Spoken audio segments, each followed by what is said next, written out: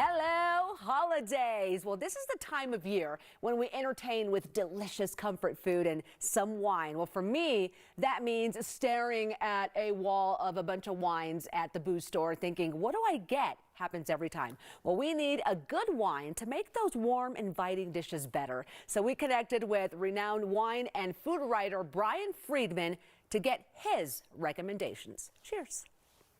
Let's get right to it. Okay, we all love comfort food. And with that, there's Italian dishes. Typically, people think, all right, Italian, I'm going to go with the red. That's what I would think. But you actually say, no, that's not the case. Tell me about that and how you feel about it.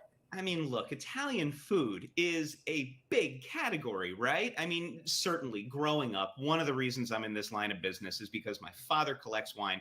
My mother is an amazing cook. And every Friday night was spaghetti and meatballs and sausage and red wine.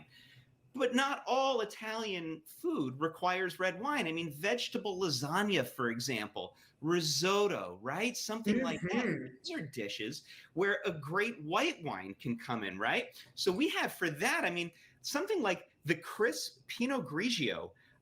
This is beautiful. This is from Venezia. And I'm actually, is it okay if I taste along with you here, Claudia? Go right ahead. I'm just going to live vicariously through you. I get nervous if I'm not well hydrated, right? So okay, go for it and let me know.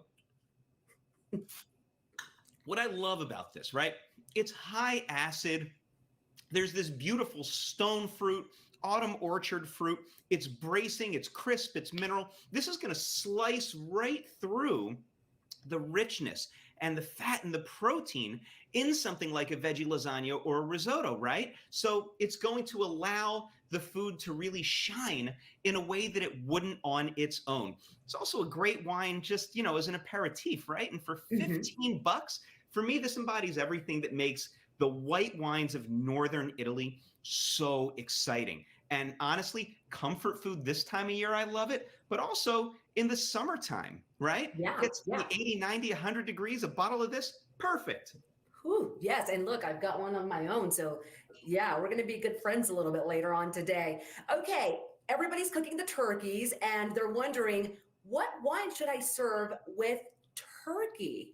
All right, so turkey is tricky, right? I mean, the Thanksgiving menu can be kind of complicated because we have a lot of different dishes, right? We have roast turkey, cranberry sauce, stuffing, a lot of different components there. So you want to find a wine that's really going to highlight everything. But of course, you want it to frame the turkey. Yes, star of the show. So for me, I really like the Zanato Valpolicella Superiori. All right. Now, what's interesting here about this wine, right? When we see that term Superiori after Valpolicella, that means that the grapes are being harvested at a slightly higher level of ripeness or sugar, which is just more food essentially for the yeast to consume and turn into alcohol. So it's going to be a bit richer. It's going to be a bit more generous and ripe. And this wine, again, Claudia, I'm sorry, I have to do my homework. You sure you want to be mixing all that up, Brian? Oh, I'm a pro.